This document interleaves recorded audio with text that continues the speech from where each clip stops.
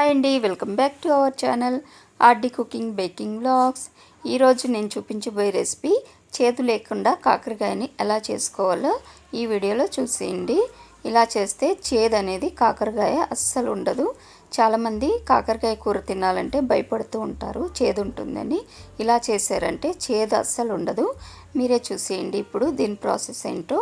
మరి లేట్ చేయకుండా వీడియోలోకి వెళ్ళి చూసేద్దాం పదండి, కాకరకాయ ఫ్రై ఎలా చేసుకోవాలో. ఇక్కడ నేను 1/2 కేజీ కాకరకాయలను తీసుకున్నాను. ఈ కాకరకాయలను ఫస్ట్ అయితే మనం ఒక పీలర్ తీసుకొని పీలర్తో పైన ఉన్న గరుకు భాగం అంతా ఇలా గీరుకోవాలి. పీలర్తో గీరుకోవాలి. కొంతమంది అయితే ఈ కాకరకాయలని అలాగే కట్ చేసుకుంటారు ఈ గరుకు భాగంతోనే. కొంతమంది అయితే ఇంకా మొత్తానికి ఎక్కువగానే తీసేస్తారు. నేనైతే కొంచెం లైట్గానే తీస్తున్నానండి. మీరు ఎలా తీయండి, సరిపోతుంది.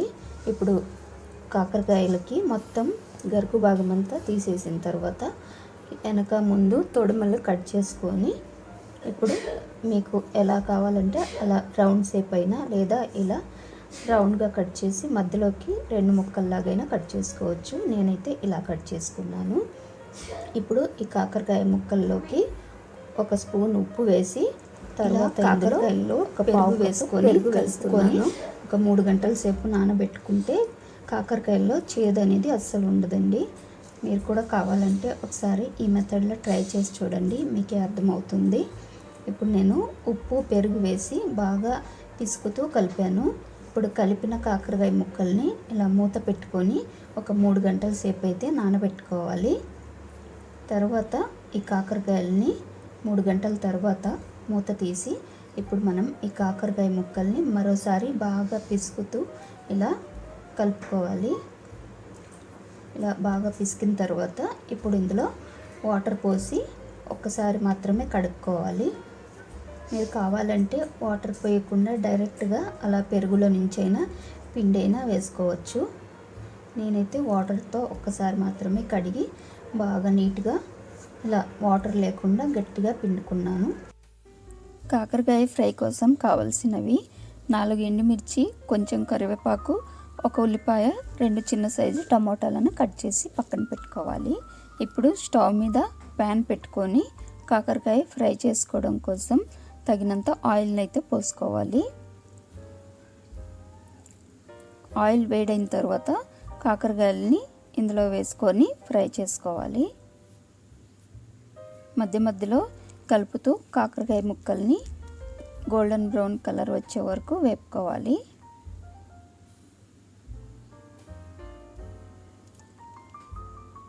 ఇలా కలుపుతూ ఫ్రై చేసుకోవాలి. కాకరకాయలని వదిలేస్తే మాడిపోతాయి.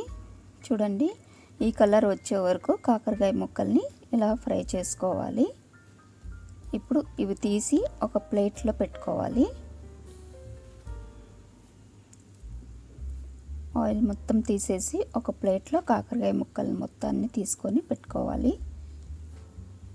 ఇప్పుడు ఈ ప్యాన్లో ఉన్న ఆయిల్లో మనకు కావాల్సినంత తీసుకొని మిగతా ఆయిల్ని పక్కన పెట్టుకోవాలి.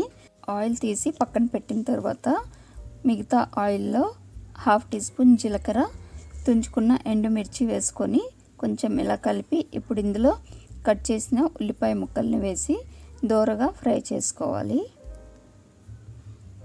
ఇలా కలుపుతూ ఉల్లిపాయ ముక్కల్ని దోరగా ఫ్రై చేసుకోవాలి. ఉల్లిపాయలు కొంచెం ఫ్రై అయిన తర్వాత ఇప్పుడు ఇందులో కరివేపాకు కూడా వేసుకొని మరి కొద్దిసేపు ఉల్లిపాయ ముక్కల్ని ఫ్రై చేసుకోవాలి.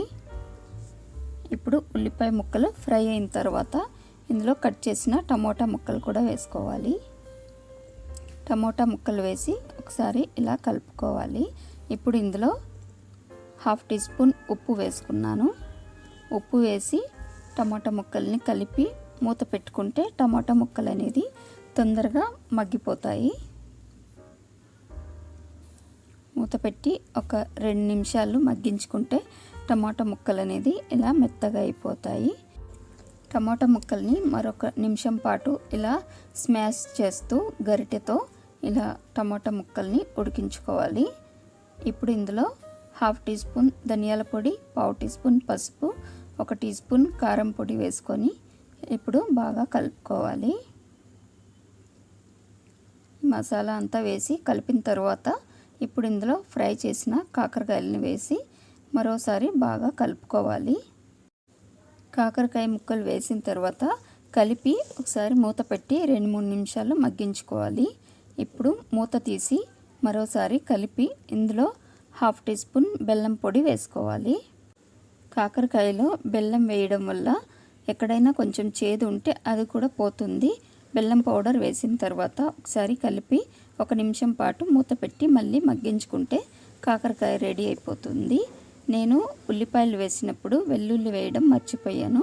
మీరు ఉల్లిపాయలు వేసినప్పుడు 5-6 వెల్లుల్లి క్రష్ చేసుకొని వేసుకోండి, బాగుంటుంది.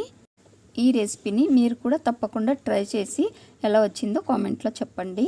అలాగే వీడియోని లైక్ చేసి పక్కనే ఉన్న బెల్ ఐకాన్ని ప్రెస్ చేసి ఆల్ అనే నోటిఫికేషన్ని ఆన్లో పెట్టుకోండి.